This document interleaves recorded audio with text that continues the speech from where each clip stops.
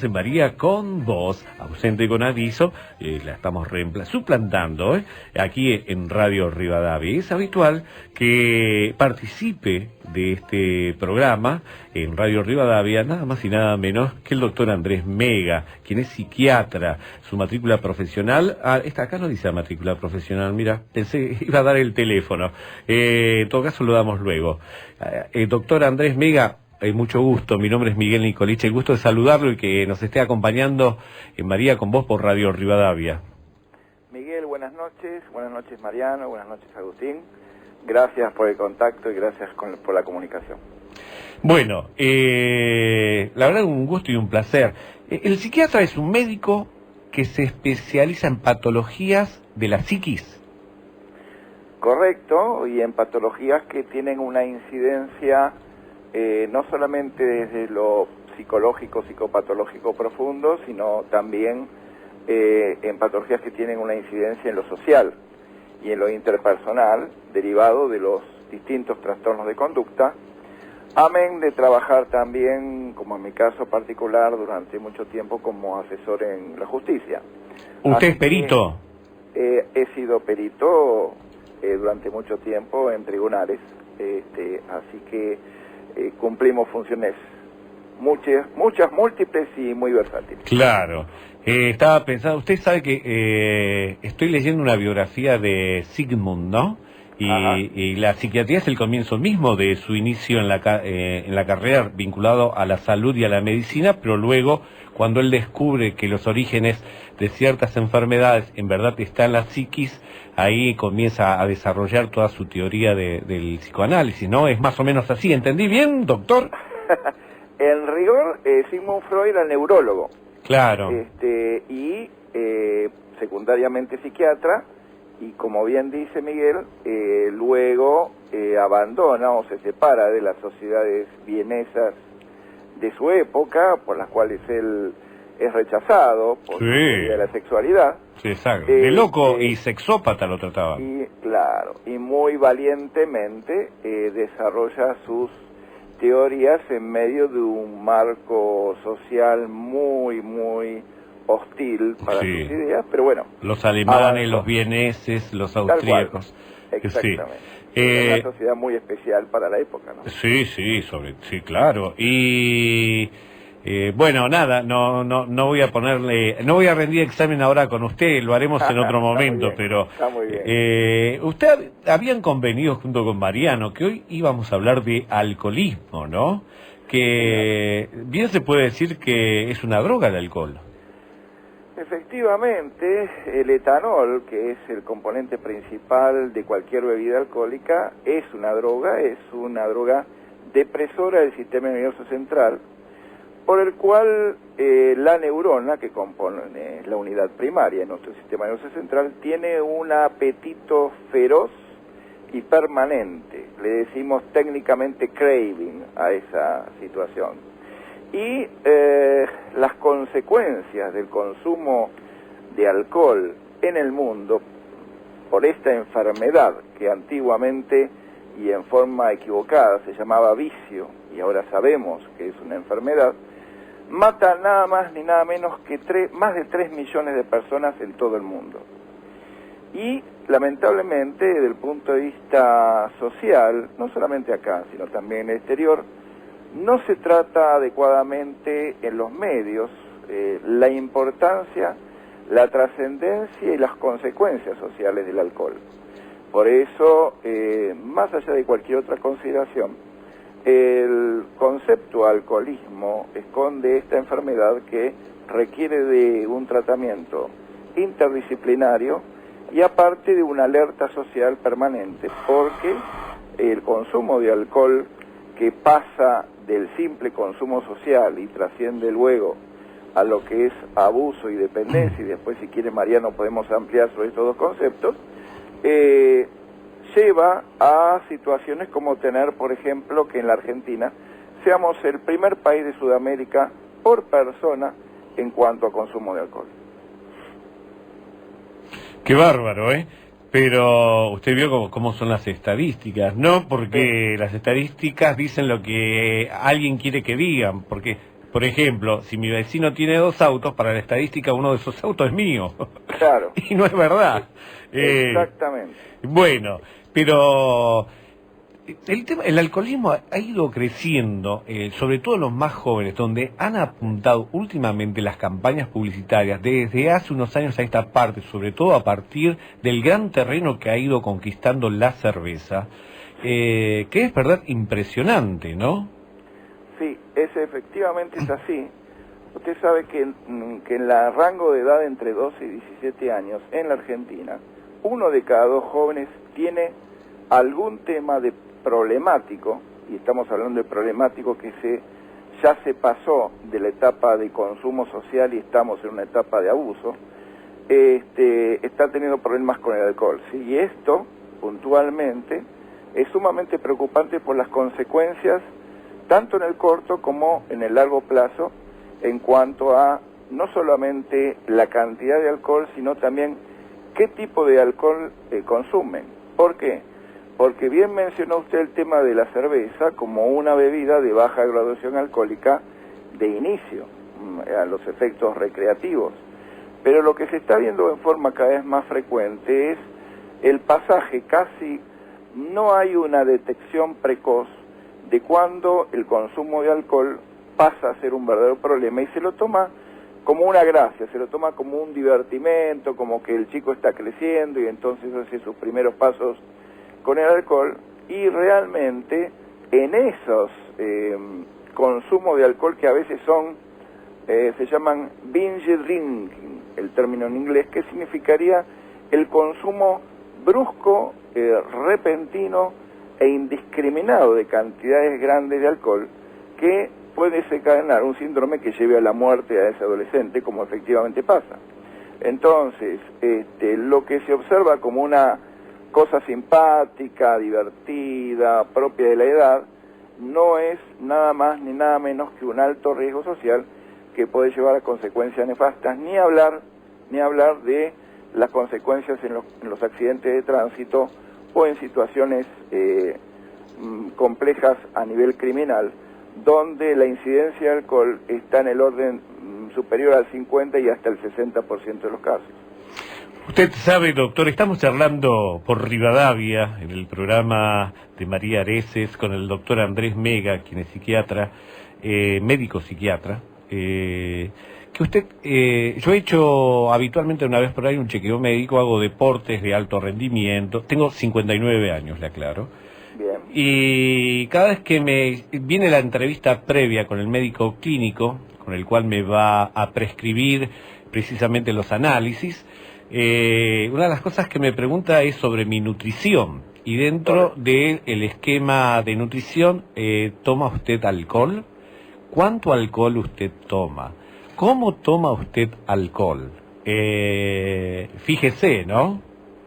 Es correcto, es decir, una buena anamnesis tiene que llevar necesariamente a una determinación de si usted está dentro del rango de un bebedor de alcohol social, es decir, que puede consumir alcohol ocasionalmente sin otra consecuencia, es decir, con cuidado, o si de repente usted pasó a una etapa de abuso de alcohol que no depende tanto de decir cuánto alcohol se toma específicamente, sino algunas circunstancias muy básicas que tienen que ver si usted está consumiendo recurrentemente y esto le lleva a complicaciones laborales o en su casa o en su educación, o si recurre permanentemente en situaciones de consumo de alcohol que lo puede llevar a tener una cuestión de peligro, como por ejemplo cuando maneje, o si tiene problemas legales por el alcohol,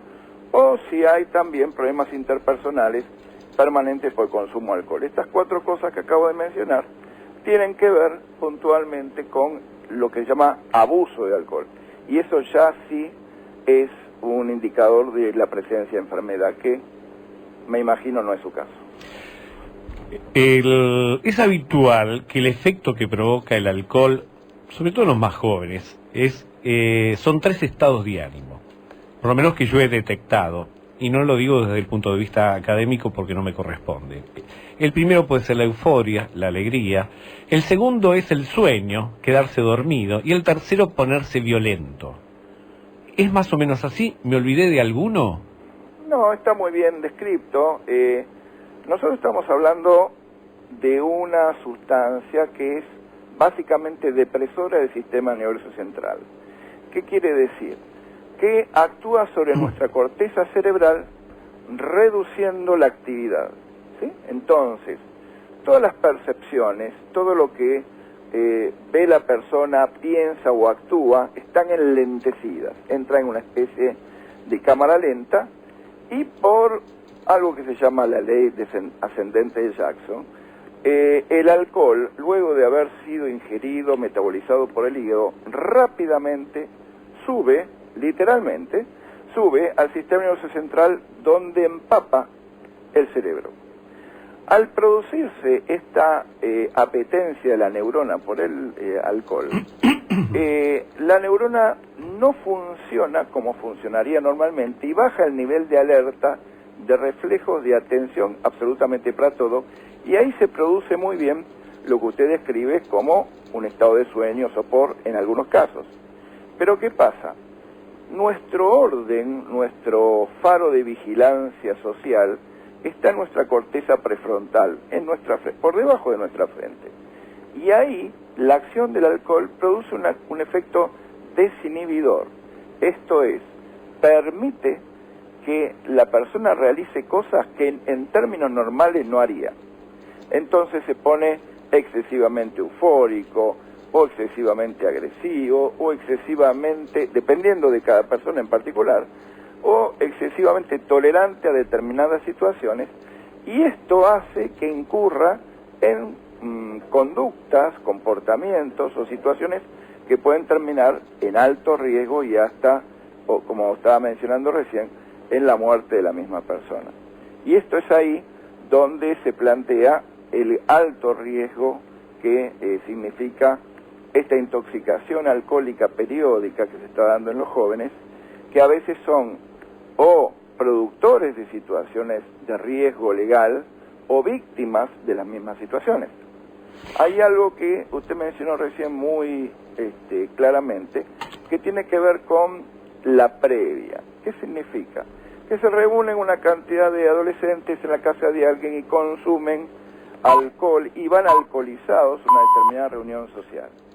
Y está pasando, y lo hemos visto con mucha frecuencia, tanto jóvenes de los dos sexos, que son víctimas de robo, o de situaciones de agresión, o de algo que se llama la burundanga, es decir, determinadas personas en determinados ámbitos de baile, de reuniones sociales, les dan en este estado de alcoholización una mezcla, una combinación de sustancias. La jarra loca.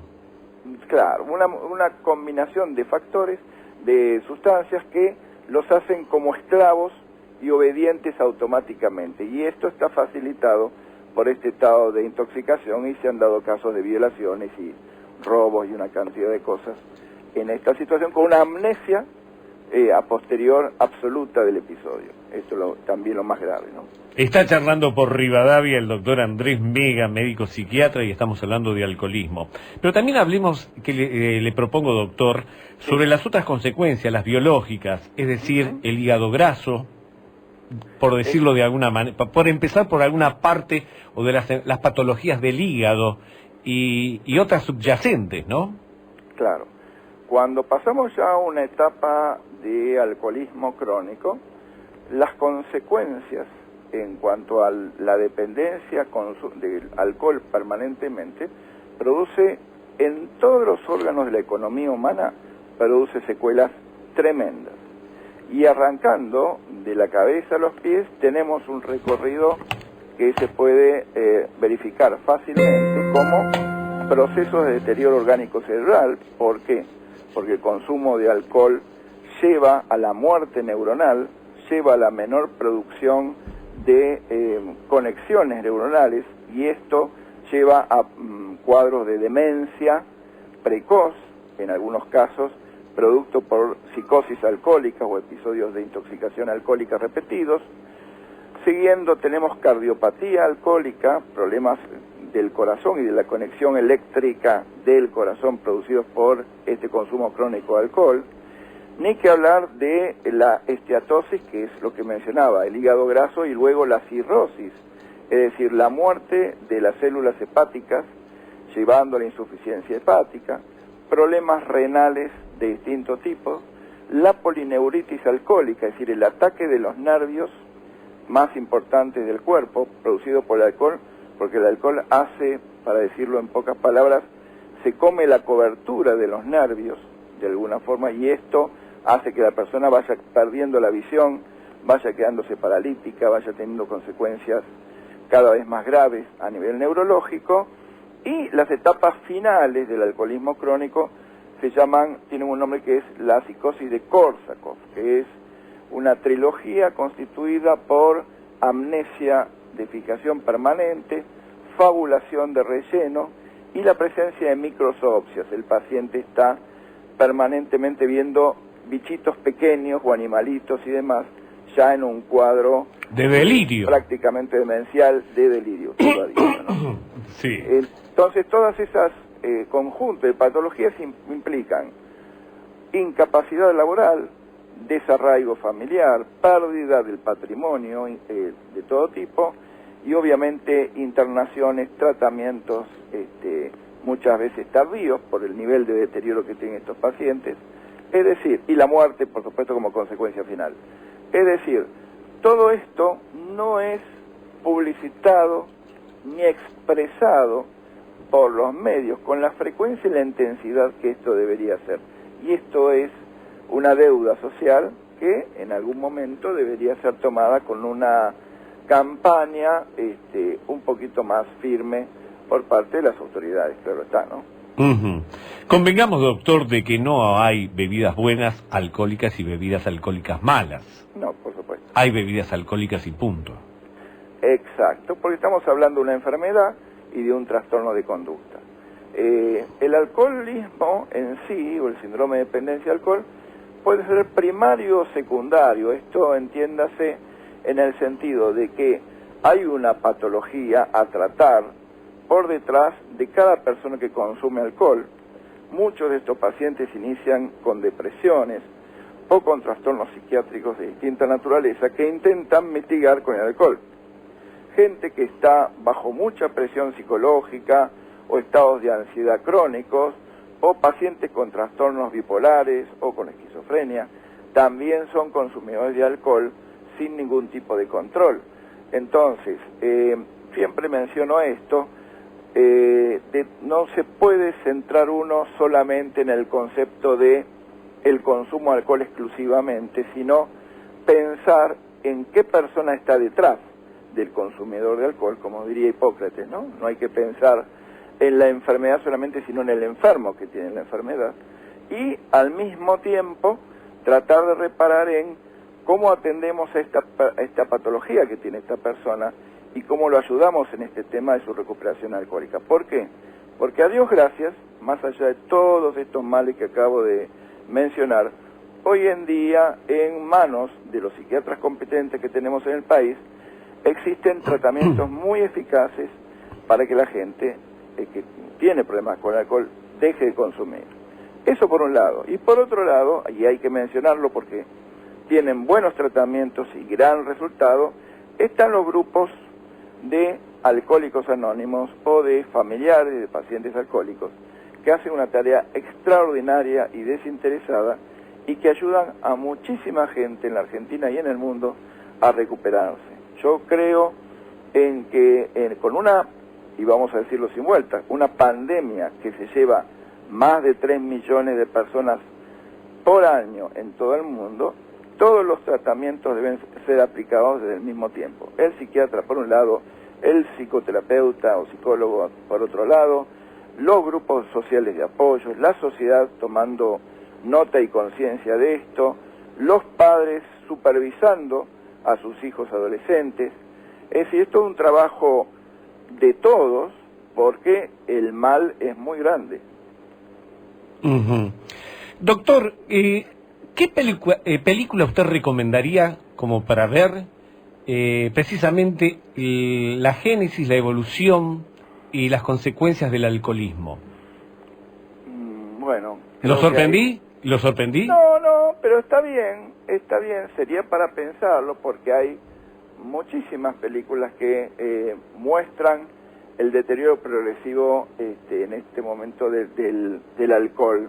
No tengo ahora en mente una específica, pero sin ir más lejos, y lo que acabo de mencionar, la asociación, lo que uno ve en la práctica, la asociación del alcohol con los infortunios de la vida, y esto está visto en todas las películas americanas puntualmente, donde tanto hombres y mujeres se sumergen en el alcohol como método de aliviar el dolor, porque de esto se trata.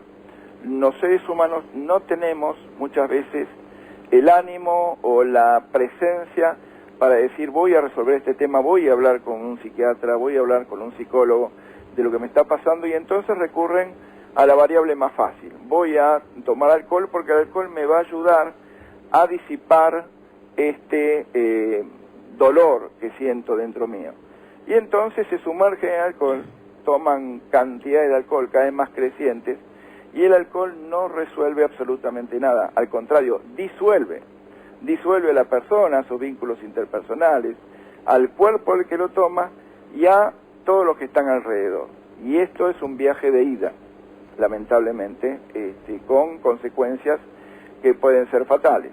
En los casos de suicidio de pacientes, la presencia del alcohol está en el orden del 60%. Hay gente que no se anima a terminar con sus días y entonces toma una cantidad de alcohol para animarse a dar el paso y cometer el ataque contra su vida. Entonces esto lo vemos con una frecuencia desgraciadamente muy alta, y lo comprobamos casi espectacularmente, diría, en las autopsias cuando uno está frente al cadáver. Me ha tocado en mi vida realizar muchas de ellas, y uno recibía a una persona que había atentado contra su vida o había sido víctima de un accidente, y los registros policiales indicaban que estaba alcoholizada al momento del hecho. Uno terminaba de hacer la autopsia y con el colega no sentía nada de olor a alcohol. Dice, qué raro.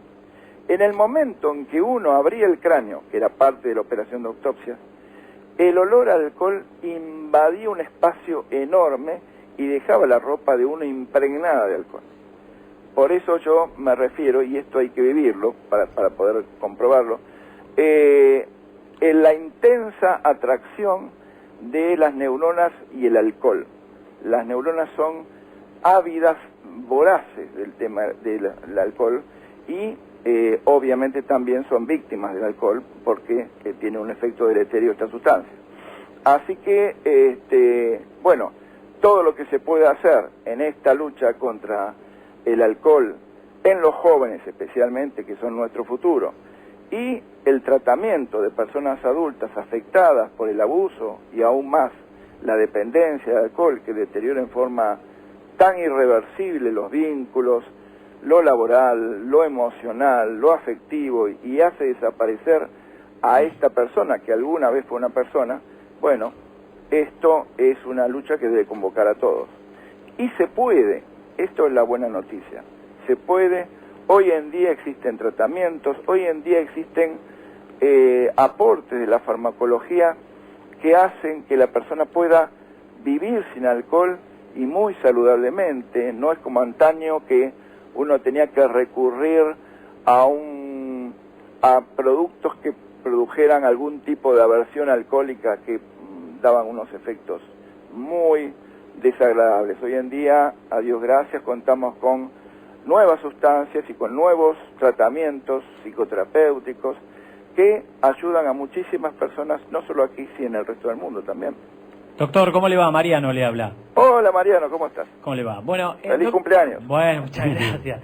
Bueno, alguna vez escuché a un colega suyo decir en televisión que un alcohólico no se curaba, que el alcohólico iba a ser adicto al alcohol siempre Lo que sí era un camino a aprender a controlarlo y aprender a transitar por las tentaciones. ¿Qué tanto hay de cierto en esa teoría?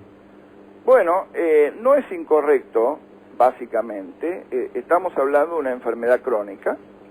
No estamos hablando, y a mí, con perdón Mariano, Sí. el concepto de adicto implica algún grado de voluntad de parte de la persona. Y precisamente yo no creo que se trate de una adicción, creo que es una dependencia el tema del alcohol.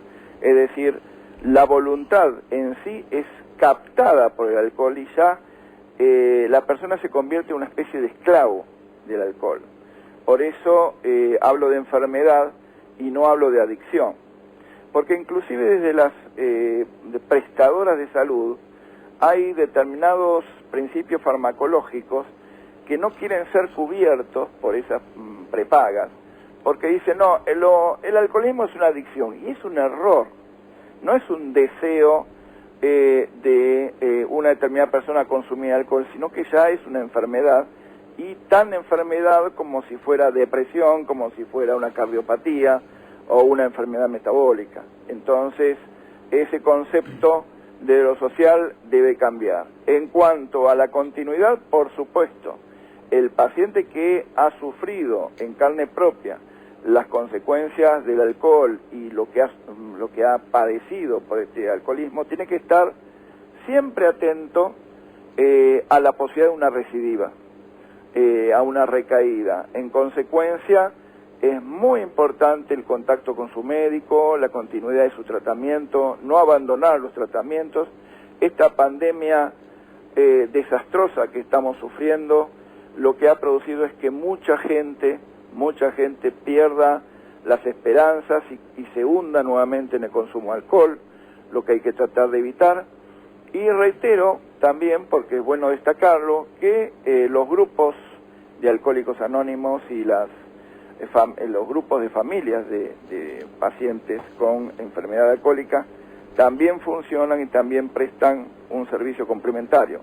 Por lo cual, es importante estar atento como si uno tuviera una diabetes o si uno tuviera una cardiopatía o tuviera un problema con el ácido úrico. O sea, ¿es de por vida el tratamiento? El tratamiento debe ser de por vida porque el alcohol está tan presente en nuestra cultura, tan accesible, que la posibilidad de tentación está a la vuelta de la esquina.